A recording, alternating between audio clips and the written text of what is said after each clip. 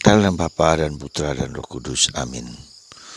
Allah Bapa di surga, kami mengucap syukur dan terima kasih bahwa Engkau mengajak kami untuk rendah hati, supaya kami tidak membanggakan diri sendiri, menyombongkan diri sendiri. Dan karena itu kami mengizinkan Engkau tinggal dalam hati kami, bekerja dalam diri kami, membuka diri kepada kehendak-Mu. Terpujilah nama-Mu kini dan sepanjang segala masa. Amin. Para saudaraku terkasih dalam Kristus, Yesus hari ini mendatangi rumah seorang pemimpin agama, dan banyak orang melihat-lihat dia, mencermati dia, seperti memandang dengan penuh kesalahan. Lalu Yesus melihat banyak orang yang berusaha duduk di tempat yang paling depan, paling terhormat. Lalu Yesus mengajar bahwa barang siapa meninggikan diri akan direndahkan, dan barang siapa merendahkan diri akan ditinggikan.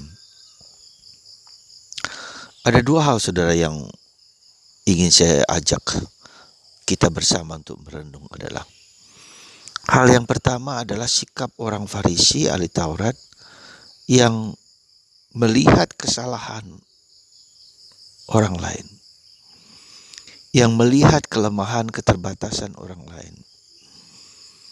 Cara pandang yang melihat inilah ya seperti menghakimi orang lain. Dan yang kedua, Yesus sendiri yang mengamati perilaku orang yang ingin mencari posisi, kedudukan, kehormatan di tempat yang terhormat. Saudara, yang pertama saya ajak Anda untuk merenungkan bahwa coba perhatikan dalam hidup Yesus. Yesus tak pernah melihat kekurangan orang lain, tapi melihat manusianya sebagai anak Allah. Bahwa setiap orang mempunyai kelemahan, keterbatasan, itu sangat wajar. Tapi dia selalu melihat manusianya. Kemarin kita melihat bagaimana seorang yang busung lapar diumpamakan seperti binatang yang masuk ke sumur yang mau mati. Maka Yesus membantu, bukan hanya membantu secara fisik, tetapi melepaskan dia dari penderitaan dan menyelamatkan jiwanya. Nah, bagi saya mau mengatakan bahwa orang lain itu bukan musuh, bukan lawan kita yang harus kita hancurkan, yang harus kita binasakan, yang harus kita jatuhkan. Tidak. Tapi dia adalah sahabat, teman, saudara yang harus ditolong, dibantu dalam kehidupan material, mungkin dalam fisik, dalam psikis, tapi juga dalam menyelamatkan jiwanya. Saya kira ini yang sikap mental ini yang perlu kita pikirkan, bahwa orang lain bukan musuh, tapi orang lain perlu dibantu, bahkan diselamatkan jiwanya. Cura animarum, ya, kesejahteraan jiwanya. Nah, disitulah saudaraku terkasih, kenapa kita bermisi, kenapa kita berbuat baik. Tujuannya adalah supaya kita bisa membantu orang lain secara material, secara kelihatan, secara fisik, tapi lebih daripada itu, menyelamatkan jiwanya supaya mereka dapat menemukan Allah yang benar, Allah yang menyelamatkan, Allah yang menebus, Allah yang membebaskan. Jadi ini saudaraku terkasih, jadi cara pandang kita itu, coba perhatikan cara kita bergaul dengan orang lain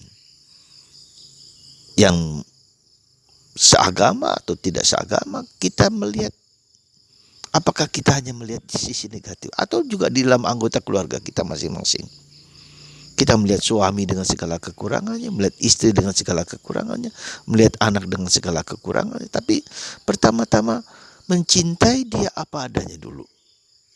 Ya, sebagai manusia. Baru kita, ya, bahwa ada kekurangan itu siapa sih kita juga. Nah, dengan kata lain, kita harus bersahabat dulu dengan diriku sendiri.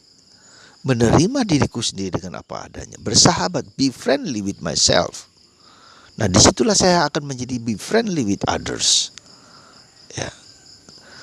Karena Tuhan menerimaku apa adanya, aku dijadikan sahabatnya.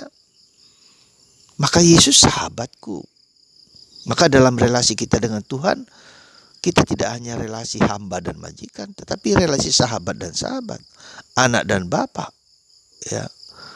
Kemudian teman dan sahabat, kekasih dan kekasih. Jadi gradasi relasi kita dengan diri sendiri, dengan Tuhan dan sesama itu tercermin dari cara pandangku terhadap diriku sendiri. Apakah aku bersahabat dengan diriku sendiri? Apakah aku mengasihi diriku sendiri? Apakah aku mengasihi sebagai anak yang aku care dengan diriku sendiri? Itu yang pertama, saudaraku. Mari coba kita perhatikan cara pandang kita terhadap diri kita sendiri. Kita sulit bersahabat dengan orang lain karena saya tidak bersahabat dengan diriku sendiri. Itu yang pertama. Yang kedua, kita melihat bahwa kesombongan itu, saudaraku, dosa manusia pertama itu adalah kesombongan. Ada 7 dosa yang kita sebut the dangerous sins. Kesombongan, ya, kemalasan, kemarahan, kikir, serakah, cabul, iri.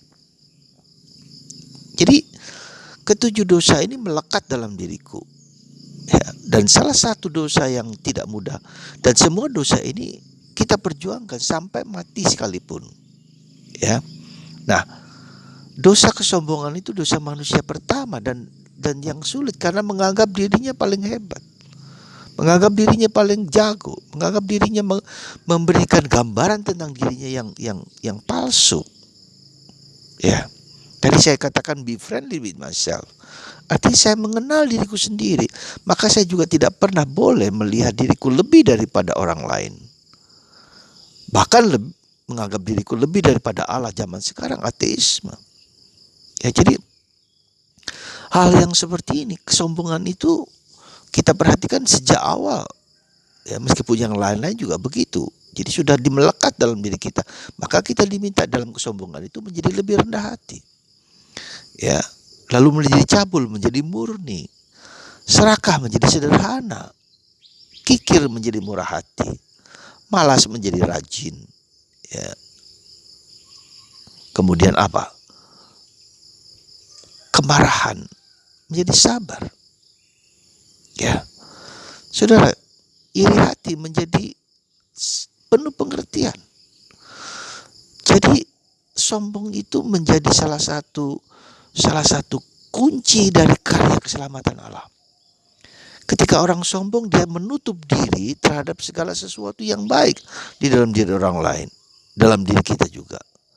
Kesombongan itu saya menutup diri, tidak mau menerima pendapat dari orang lain, atau memanipulasi pikiran-pikirannya dengan alasan-alasan yang mungkin tampaknya baik. Jadi saudaraku terkasih dalam Kristus, maka itulah Yesus datang, Allah datang menjadi manusia dan merendahkan diri serendah-rendahnya, ya. Jadi runtuhkan gunung-gunung kesombongan kita, runtuhkan gunung keangkuhan kita, melihat diri kita lebih daripada yang lain. Dan nah, mungkin gampang bagi kita untuk melihat mengusahakan kerendahan hati. Ternyata tidaklah mudah. Seluruh perjalanan hidup kita adalah melepaskan ego kita dari ke-7 dosa itu semua berfokus kepada ego, kepada diriku sendiri, kepada kesenanganku, semua itu. Entah itu iri hati, entah itu kemalasan, entah itu kemarahan, entah itu cabul, semua berpusat pada diriku sendiri. Nah, kita melihat dalam sejarah keselamatan bagaimana Yesus tidak melihat dirinya sendiri bahkan, tapi kehendak Allah. Ya, kehendak Allah. Maka kalau diperhatikan, coba kita memiliki pengertian yang benar. Kenapa kita harus mati terhadap diri sendiri? Kenapa kita harus melepaskan ego kita? Karena dengan melepaskan ego kita, kita mengizinkan Tuhan membersihkan, mengubah, menyucikan batin kita dari ketujuh dosa itu. Ya, dengan demikian, dengan kita mengizinkan, kita tahu siapa kita, maka terjadi proses pertobatan. Ya, proses pertobatan, kita bertobat. Artinya kita melepaskan ego kita dan mengizinkan Tuhan berkuasa diri kita. Dan inilah proses pembersihan dan pemurnian dalam hidup kita sendiri. Ya. Jadi dengan kata lain, hidup rohani kita, segala aktivitas kita adalah usaha kita untuk melepaskan ego kita dan mengizinkan Tuhan bekerja, membereskan, menyerahkan diri kita. Dan bentuknya itu adalah suatu penyerahan diri. Ya, mana mungkin kita bisa melepaskan ketujuh dosa itu, mengalahkan ketujuh dosa itu dengan kekuatan sendiri? Tidak mungkin, tidak mungkin, saudara. Apakah Anda bisa melepaskan egoisme? Apakah Anda bisa melepaskan gunung kesombongan? Apakah Anda melepaskan gunung kemarahan? Tidak bisa. Disitulah kerjasama kita dengan Tuhan, mengizinkan Tuhan masuk bekerja dalam diri kita dengan sikap penyerahan. Dan itu seringkali saatnya di mana kita tidak mampu, tidak berdaya, ya, maka kita diruntuhkan dan Tuhan masuk. Inilah usaha aktif kita supaya kita menjadi pasif dan Tuhan bekerja dalam diri kita. Dan itulah pengertian keselamatan yang harus kita miliki. Ya, jadi proses itu semua adalah proses pembersihan, pemurnian batin kita kepada Tuhan. Segala ketujuh dosa itu adalah pelepasan ego kita, pemurnian diri kita, dan mengizinkan Tuhan bekerja dalam diri kita semua. Saudara, itulah maksudnya kenapa Tuhan datang dan hadir dalam diri kita. Melepaskan ego kita supaya Tuhan masuk. Dan salah satu yang paling sulit itu adalah kesombongan. Sekali lagi, kesombongan. Maka seringkali Tuhan menghancurkan kesombongan kita itu dengan berbagai macam kesakitan, penderitaan, dan apapun juga. Supaya kita merendahkan serendah-rendahnya seperti yang dilakukan oleh Yesus. Semoga Anda memahami yang dilakukan Yesus. Barang siapa meninggikan diri akan direndahkan. Barang siapa merendahkan diri akan ditinggikan. Itulah Yesus. Itulah guru kita. Itulah Tuhan kita. Allah saja merendahkan diri. Apalagi kita. Semoga kita semua didorong untuk semakin merendahkan diri. Hidup kita rendah hati. Berbahagialah orang yang miskin di hadapan Allah. Tuhan memberkati Anda semua. Dalam nama Bapa, Putra, dan Roh Kudus. Amin.